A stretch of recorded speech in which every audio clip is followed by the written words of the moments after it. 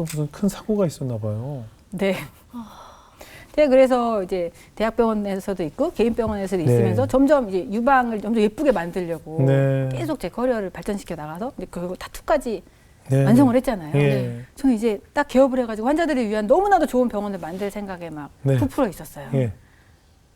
난 할 수 있다. 내가 이 정도 기술을 여태까지 갖췄고 환자들을 위해서 여기까지 해줄 수 있으면 나는 정말 너무 좋은 병원을 저기 딱딱한 건물이 아니라 또 이렇게 탄천이 보이는 나무가 막 있는 그런 곳에서 우리 환자들이 암을 겪었지만 힐링하면서 할 수 있는 그런 병원을 만들어야겠다고 생각을 하던 와중에 교통사고가 크게 났어요. 그러면서 제가 갑자기 병가를 내게 됐고 저는 재활치료를 열심히 받고 다시 이제 나가면 일을 할 수 있을 거라 생각했거든요. 한참 그때 막 수술 실력으로도 엄청 수술 실력이 좋았고 커리어가 거의 막 탑으로 막 가고 있을 때여서 와 지금 병원을 기원하면 너무 좋겠다고 생각했는데 교통사고가 나서 저는 빨리 돌아가려고 했어요. 빨리 내가 만들려던 병원을 만들어야지. 빨리 유방 재건을 하는 너무 좋은 병원을 만들어야 돼 생각했는데 재활을 아무리 해도 몸이 회복이 안 되는 거예요. 그래서 제가 일주일 동안 이제 원래는 교통사고가 나고 이제 그 다음날 출근을 했어요. 출근을 해가지고 다시 일을 하면서도 저녁 때는 물리치료 받으러 가고 그다음 다시 출근해서 열심히 일을 하는데 일주일째 제가 가서 수술하다가 기계를 딱 드는데 그걸 떨어뜨리고 바로 실려 가요. 일주일 동안 어떻게 버틴지 모르겠는데 일주일째 제 상태는 고개를 하늘도 못 보고 허리를 땅도 못 구부렸어요. 당신 나이가 어떻게 됐어요? 그때 그때 40살이었죠. 아유. 네. 그래서 그냥 이런 채로 입원을 해서 그때 한 열흘 동안 입원 치료하면서 간신히 제가 이렇게 땅을 보고 이제 허리를 조금 구부릴 수 있는 상태로 퇴원을 했거든요. 저는 계속 제 마음속에는 빨리 돌아가야겠다. 빨리 이걸 나서 전국에 막 안 가본 병원이 없는 것 같아요. 이 교통사고 후유증을 빨리 해결하려고 가고 싶은데 돌아가고 싶은데 어디서도 저를 낫게 해주지를 못하는 거예요. 그래서 제가 점점 나는 의사를 못하나 보다.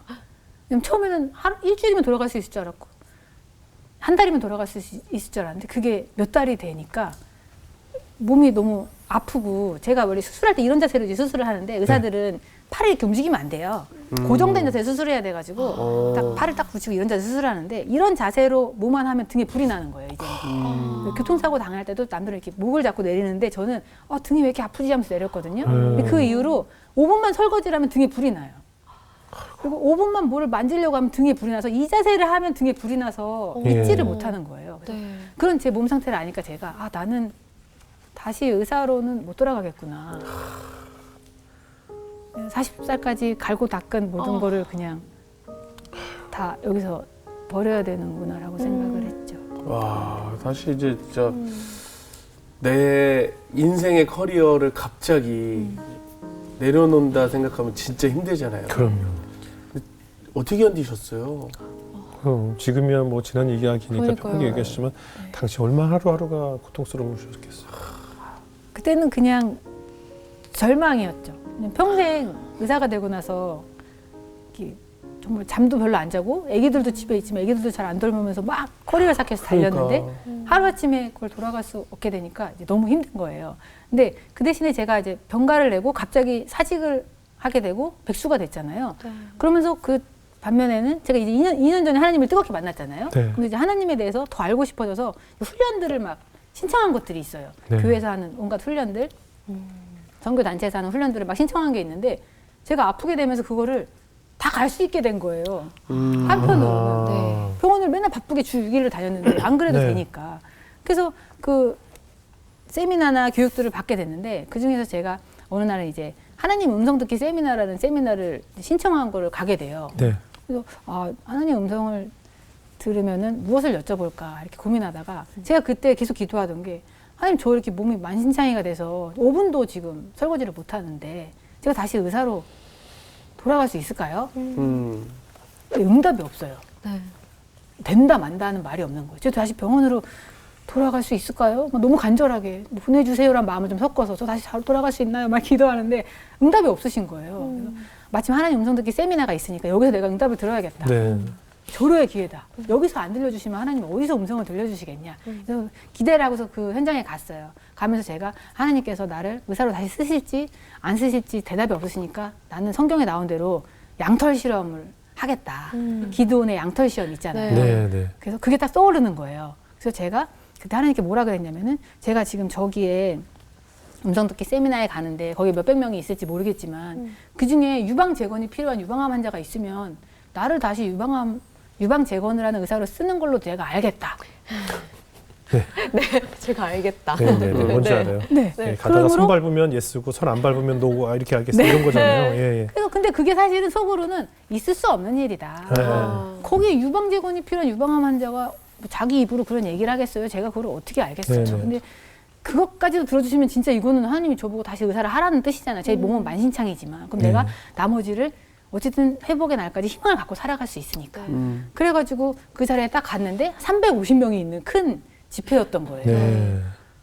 그래가지고 거기서 예배를 드리고 이제 점심시간에 조별로 5명씩 한 조예요. 네. 그래서 조별로 이제 뭐 이렇게 나눔을 하는데 야, 어떻게 오셨어요? 뭐 이렇게 얘기하셔서 저는 제가 뭐 그런 자세한 양털 시험을 하고 있다 이런 얘기는 안 하고 제 성형외과 의사인데 지금 몸이 너무 아파서 쉬고 있습니다. 덕분에 하나님께서 길을 열어주셔서 세미나도 오게 됐습니다. 그랬더니 옆에 있는 분이 나 성형에 관심 많은데 막 이러시는 거예요. 네.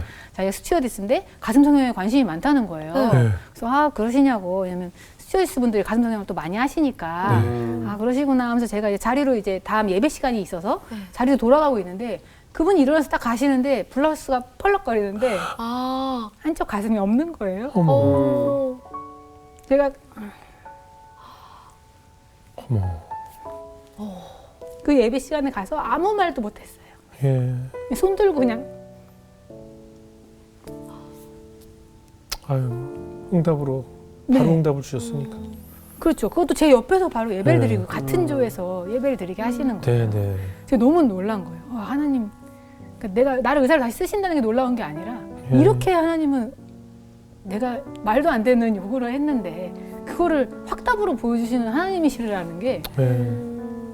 너무 감사해가지고 막 눈물로 막 예배가 끝났어요. 예배 끝나고 다시 조별 모임이 있었어요. 그래서 옆에 자매들이 지휘자매 왜 이렇게 계속 울어 예배 시간에 왜 이렇게 울었어 해서 제가 그때서 이제 사실대로 얘기를 했죠. 내가 원래 유방 재건을 하는 의사인데 네. 몸이 만신창이가 돼서 지금 의사를 한 해 만에 늘 괴로워하고 이런 기로에 있는데 오늘 내가 이걸 실험을 하나님께 말씀드리고 왔는데 내 옆에 조자매가 유방 재건이 필요해 보이는 자매가 있어서 내가 너무 울었다. 그랬더니 그 자매가 또 팡팡 우는 거예요.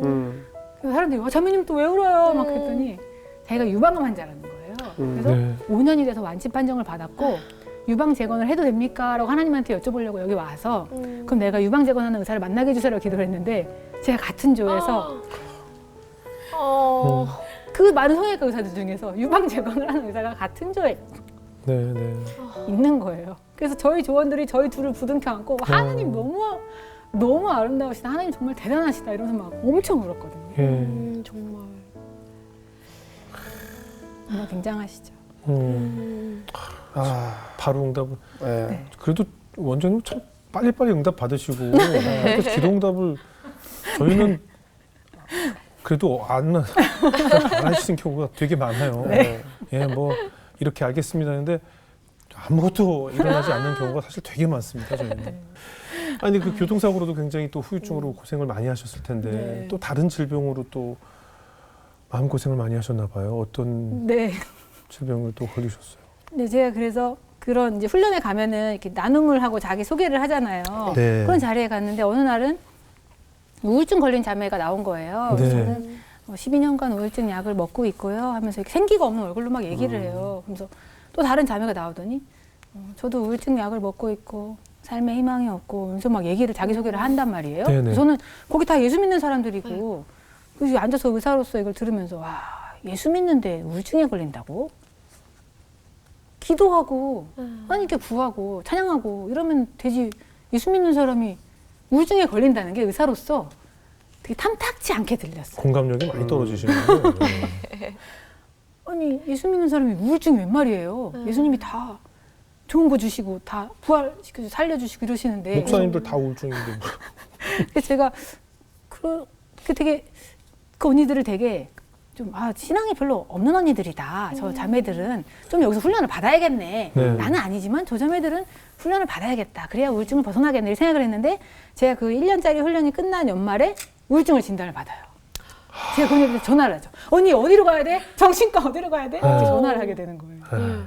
그럼 제가 우울증인 거를 이제 알게 됐거든요. 예. 오. 저는 제가 우울증인지 몰랐어요. 예. 네. 근데 이제 너무 머리가 아프고 두통이 심해가지고 새해가 돼서 어떻게 하면 이 두통에서 좀 벗어날 수 있을까? 제가 한 달에 24일을 두통약을 먹는데 두통이 해결이 안 돼요. 근데 사람이 머리가 아프면은 아무것도 못 하는 거예요. 그쵸. 머리가 아프니까 움직이기도 싫고 아무것도 못 해서 하루에 16시간을 잠만 잤던 것 같아요. 애들이 되게 어렸는데도 18시간을 자고 어차피 백수고 할 일도 없고 머리 너무 깨졌듯이 아프고 늘 잠만 잤어요. 그러다가 새해가 됐는데 이대로 살면 안 되겠는 거예요. 그래서 막 인터넷으로 찾아봤죠. 두통에서 벗어나는 법, 만성 두통에서 회복하는 법을 의사인데 그걸 열심히 찾아봤는데 거기에 이제 만성 두통 환자의 58%가 우울증이 있으니 우울증 검사를 해보라고 신문 기사에 나온 거예요. 네네. 그래서 제가 그 링크를 따라가서 우울증 검사를 딱 했는데 점수가 훅 넘은 거예요. 네. 제가 그걸 보고도 믿기지가 않았죠. 내가 우울증이라고 네. 나같이 활기차고 에너지 넘치고 네. 주 안에서 모든 걸 다 할 수 있는 사람이 우울증이라고 그래서 믿기지가 않는데 어쨌든 우울증이라고 하니까 병원은 가봐야 되잖아요. 그래서 언니들한테 전화를 했죠. 평상시에 영적으로 내가 성숙했다 생각했지만 언니 정신과는 어디로 가야 돼? 그 언니들은 온갖 정신과 다 다녀본 사람들이에요. 네네. 그래서 그분들이 이제 그다음부터 저를 싣고 정신과 다니기 시작한 거예요. 네네. 그래서 정신과 가서도 여쭤봤죠. 제가 진짜 우울증인가요? 근데 그 선생님이 저한테 이 우울증 약을 처방해 드릴 테니까 예. 이 약을 먹고 두통이 사라지면은 우울증인 줄 알고 다시 와라. 예. 그러시는 거예요. 네. 제가 두통 너무 괴로우니까 일단 알겠다. 그래서 그 약을 먹었는데 3주 안에 두통이 싹 사라졌어요. 오. 3주 만에? 네. 그래서 제가 몇 년을 두통 때문에 머리가 너무 아팠는데 제가 그때부터 계속 여쭤봤죠. 한 2년을 여쭤본 것 같아요. 저 우울증인가요? 저 진짜 우울증 맞아요? 이거를 계속 여쭤볼 정도로 저도 믿기지가 않고 네. 어쨌든 우울증이라니까 약은 먹는데 그렇게 우울증 투병이 시작이 됐죠. 많은 분들이 그 우울한 감정이 계속 지속되면 나 우울증이야라고 속단을 하는데 사실은 저 주변에도 이제 우울증 약을 드시는 분들 중에 지금 원장님처럼 내가 우울한 감정이 없는데 우울증 판정을 받은 분들이 굉장히 의외로 많아요. 지금 뭐 두통으로 오신 분도 있지만 굉장히 소화가 안 되고 소화 불량이 심해서 병원에 갔더니 우울증세를 받고 제가 아는 분 중에 제일 활발하시고 제일 밝으신 분인데 우울증 진단을 받으셨더라고요. 그러니까 많은 분들이 우울한 감정과 우울증을 혼동하는 분들이 많아서 우리 다 우울하면 다 우울증이라고 하잖아요. 나 우울증이야 이러는데 사실 우울증과 우울은 좀 다른 것 같다는 생각이 들어요. 원장님도 이렇게 밝으셨는데. 그렇죠. 그죠? 저는 늘 우울함이 평생 없었어요. 네. 우울하지 않은 사람이었고 제가 그 훈련을 받으면서 그 언니들 자매들이랑 전도 여행을 가잖아요. 네. 그럼 그때 전도 여행을 갔을 때 한 1년 정도 서로 이제 교제하고 이런 사이니까 서로 잘 알잖아요. 네. 그 자매들이 저한테 넌지시 물어보더라고요. 지희 자매는 왜 희노애락 중에 희밖에 없어? 네. 매일이 왜 희야? 네. 그래서 저는 늘 즐겁고 주 안에서 행복하니까요. 이렇게 말했는데 이상하다. 지희 자매 되게 힘들게 살았고 지금 성형외과 의사인데 그래. 성형외과 의사도 못하고 있고 그렇지. 여기 와서 우리랑 같이 이런 훈련을 받고 있는데 뭐가 이렇게 좋아서 웃고 네. 그렇게 기분이 좋고 희밖에 없어. 화 안 나?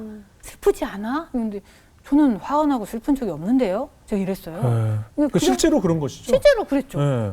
저는 늘 즐겁고 하면 된다 다 해보자 이렇게 살아왔기 때문에 우울한 걸 몰랐었는데 제가 나중에 우울증 약을 먹고 2년이 됐을 때 네. 우울하다. 나 이게 뭐야? 다 망했네. 하면서 처음 우울함을 깨달았어요. 그래서 병원에 가 정신과 선생님한테 말씀드렸죠. 원장님 저 우울해요. 그랬더니 원장님 너무 좋아하시는 거예요. 2년 만에 약이 들었다고. 감정을 느낄 수가 있게 된 거지. 이제 드디어 네. 우울함을 알게 됐다고. 감정을 몰랐던 거지.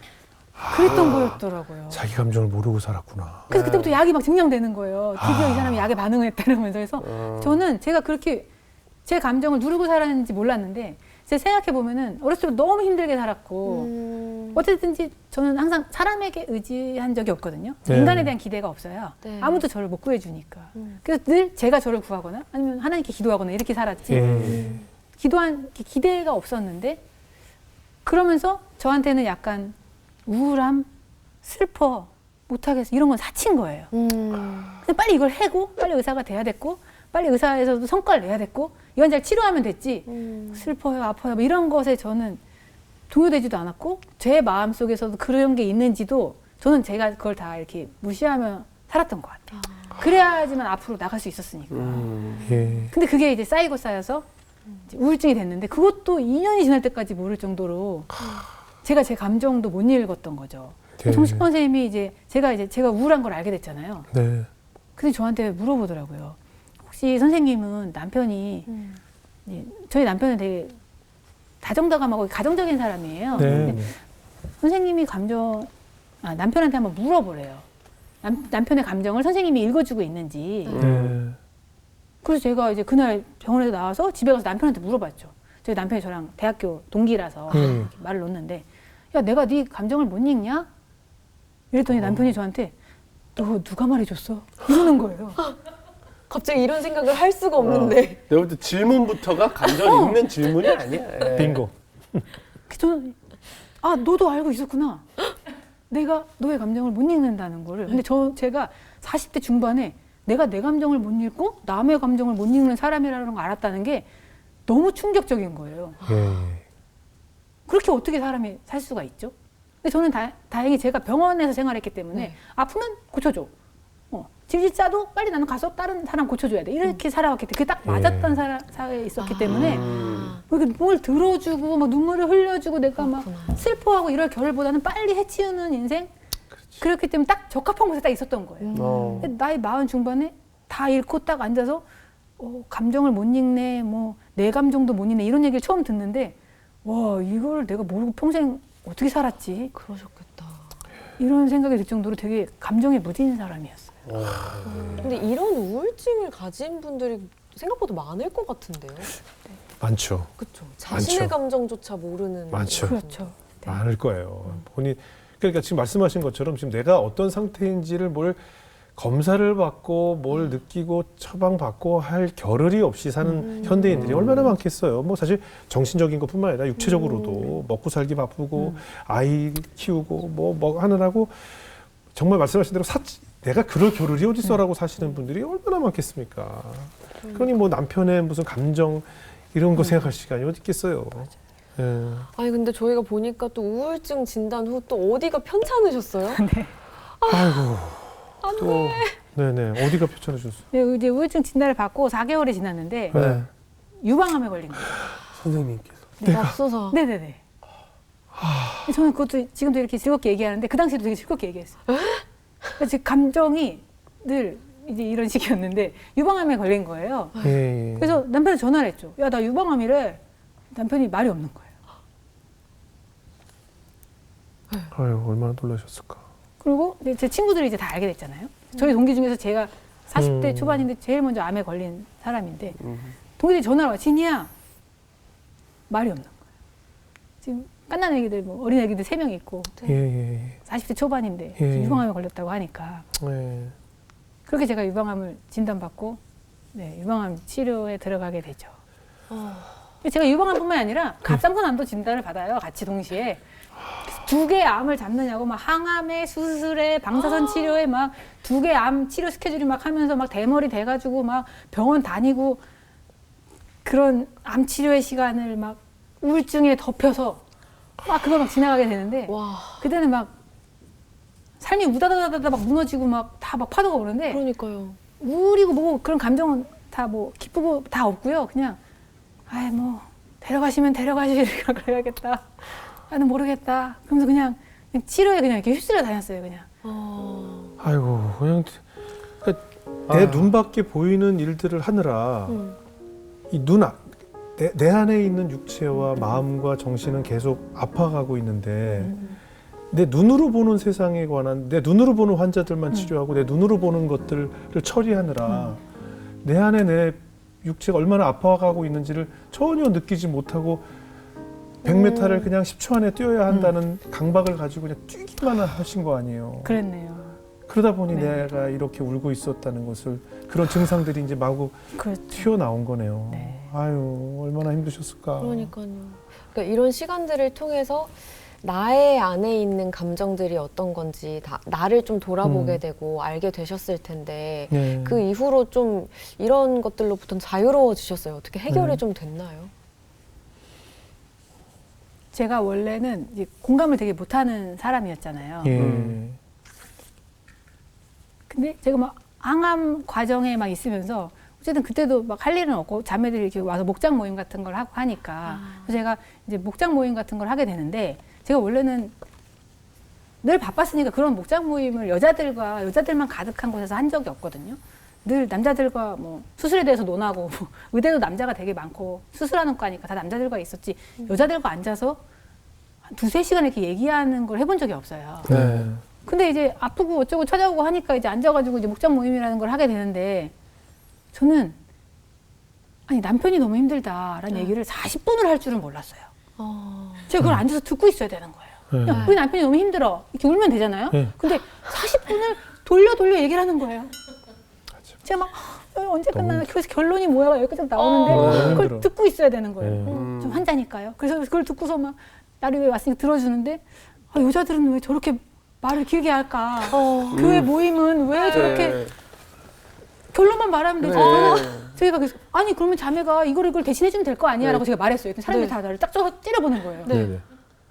그게 답이 아닌 거죠. 그러니까 공감해야 되는 데인데 거기. 저 해결책을 주고 있는 거예요. 저는 늘 하듯이. 근데 그 자매를 싹 째려보더니 갑자기 그 다음에 손을 잡고 가고 우는 거예요. 그렇지. 얘기 듣고 같이 손을 잡고 울어주길 원하는데 갑자기 이렇게 하면 되잖아. 이렇게 답을 주는 거 아니에요? 그렇죠. 그러니까 감성적인 답을 원하는데 이성적인 답을 주니까. 그래서 쟤는 이게 틀린 사회가 있다는 걸 처음 알은 거예요. 사람들은 이렇게 이때 그냥 잡아만 줘도 되는구나. 들어만 줘도 되는구나. 근데 저는 해결하는 게 훨씬 편하거든요. 네. 빠르고 쉽고 확실한 방법이에요. 근데 그걸 손잡아줘서 뭘 하겠다는 거예요. 근데 교회 사람들은 모여서 그러고 있는 거예요. 네. 답이 없다 이 사람들. 그러면서 제가 너무 답답했는데 지금은 이제 3시간짜리 목장 모임도 꼬집으면 잘 들을 수 있어요. 네. 공감할 수 있고 같이 이제 울어줄 수 있거든요. 진짜로. 그래 아플 수 있겠다 하면서. 그럼요. 네. 그게 뭐 크게 공감까지는 아니라도 그냥 참고 들어주면서 그냥 이렇게 고개를 끄덕이는 정도까지는 아니, 오잖아요. 이제 내가 이렇게 하면 안 되는 걸 깨달은 거죠. 네, 저희는 이제 저랑 거의 비슷하죠. 비슷한데 저희는 그냥 여기서 내가 이렇게 하면 안 된다를 알 뿐이지 사실 큰 공감은 사실 감정적으로 우리가 없잖아요. 근데 이제 뭐 지나서 지금도 이렇게 밝게 말씀하시지만 이 항암 치료라는 것이 우리가 알기로도 참 힘든 투병인데 많이 힘드셨겠어요. 엄청 힘들었죠. 항암이 이제 3-4회차가 되게 되면은 어디 성한 데가 없어요. 그리고 그냥 빨리 그냥 천국 갔으면 좋겠다. 여기서 끝나지 왜 내가 항암을 더 해야 될까 막 이런 생각이 막 드는데 제가 그 전에 제가 성경 통독방을 운영하고 있었거든요. 그래서 제가 성경 공부도 많이 가르쳤지만 사람들을 이제 90일 1독하는 성경 통독방의 리더였어요. 그래서 90일에 1독을 하고 하루에 1시간 기도를 해요. 말씀과 기도는 밸런스가 있어야 되니까. 그래서 그런 통독방을 운영하는 리더 중에 한 명이었는데 제가 엄청 사람들을 열심히 성과를 내게 했죠. 만약에 그 자매가 오늘 12시까지 카톡방에 제가 오늘 성경 16장을 다 읽었습니다 올려야 되는데 말이 없는 거예요. 그럼 저는 다음날 그 집에 쫓아가요. 자매 어제 왜 못 읽었어? 그럼 자매가 애기 보느냐고 애기 너무 어려서 못했다. 그럼 저희가 내가 안 읽게 하고서 지금 읽어 하면서 제가 읽게 하는 거예요. 어제 밀린 것까지 제가 이렇게 애기 얼굴로 봐줘요. 그 다음에 그래서 어제 밀린 거 오늘 한 것까지 다 읽게 되는 거예요. 저는 내가 할 일을 다 했다. 집에 와서 또 12시까지 기다리는 거죠. 기도하면서 하나님 저들이 다 읽게 해주세요. 하지만 다 못 읽으면 제가 내일 가서 뭐라도 할게요. 이러면서 이제 그 성경 통독방에 90일 안에 1독을 할 수 있게 격려하는 그런 리더를 했는데 제가 항암 치료하면서 그 중에 한 분이었던 분한테 사과 전화를 하게 돼요. 왜냐면 제가 그 통독방 할 때 한 자매가 며칠 동안 연락이 없는 거예요. 카톡이 없어요. 제가 전화를 했죠. 자매님 왜 사라졌어요? 그랬더니 제가 자궁경부암에 걸려서 병원에 입원을 했다는 거예요. 그럼 제가 그래서 아이고 어떡하면 좋냐고 끝냈어야 되잖아요. 다음날 병원을 찾아간 거예요. 자매님 암 걸리고 병 걸려서 더 기도하고 더 말씀 봐야지. 왜 이걸 여기서 멈춰? 지금 읽어, 지금. 내가 기도해 줄게 하면서 기도하고 성경을 펴서 지금 읽게 막 한 거예요. 제가 항암 과정 4차, 5차가 지나가는데 그게 생각이 나는 거예요. 한 글자도 성경을 못 읽겠고 하나님의 하자도 안 나와요. 그냥 뻐끔뻐끔 물 밖에 있는 물고기처럼 눈만 돌아가고 있거든요. 근데 성경이 안 읽히고 기도가 안 되는데 제가 거기 가서 자매님 성경 읽고 기도해야지 지금이 이렇게 아픈데 이러고 있으면 되라고 막 했던 제 자신이 생각나서 전화를 들은 거예요. 자매 내가 너무 미안해. 내가 그때 너무 잘못했어. 내가 정말 성경이 한자도 안 읽히고 기도가 하나도 안 나오는데 정말 미안해. 그때 정말 내가 너무 몰랐다. 근데 그 자매님 오히려 지희 자매 나는 그때 너무 고마웠어. 사람들이 아무도 자기한테 전화를 못 한다는 거예요. 암에 걸렸으니까 무슨 말 해줘야 될지도 모르겠고 다 뭐 기도해라 성경 뭐 읽어라 이런 말도 못 하고 그냥 조용히 그냥 어떻게 돼야 할지를 모르니까 아무도 자기 전화를 못 하겠는 와중에 누가 병원에 쫓아와서 자매님 기도해야지, 성경 읽어야지 해서 자기는 아 그래 내가 여기서 힘을 내서 성경에 그 기도를 해야겠다 생각을 했다는 거예요. 또 저를 막 위로해 주는데 저 너무 미안하면서도 하나님이 그런 저의 그런 공감 못함을 쓰셔가지고 그 자매에게 어떤 이런 힘을 주시고 하나님이 이렇게 하신 모든 일이 너무 신기하고 죄송하고 미안하고 저도 할 말이 없고 막 이런 상태여가지고 그런 걸 하면서 제가 아 단순히 성과를 내고 네. 성경을 읽고 기도하고 이렇게 밀어붙이는 게 아니라 그런 사람들의 그런 마음을 제가 조금 알게 됐죠. 아, 못할 때는 못할 수 있구나. 성경 기도를 매일 해야 되는데 못 읽을 땐 못 읽을 수가 있는 거예요. 너무 우울한 날에는 한 장도 안 읽혀. 기도 한마디 안 나오고 항암할 땐 당연히 성경 손에도 안 가요. 그 남의 기도로 먹고 사는 거예요. 네. 근데 그럴 수 있는데 저는 그것도 성과를 내겠다고 막 어떻게든 밀어붙였던 그 제 자신을 막 반성하면서 아 그럴 수 있구나. 하나님 그래도 다 그 기도를 듣고 계시고 그런 저의 공감 없으면 또 그런 곳에 선으로 이끄셔서 그렇게 활용하시고 와 정말 이렇게 사람들은 공감하고 서로 이해하고 그러면서 사는 거구나를 많이 깨닫게 됐죠.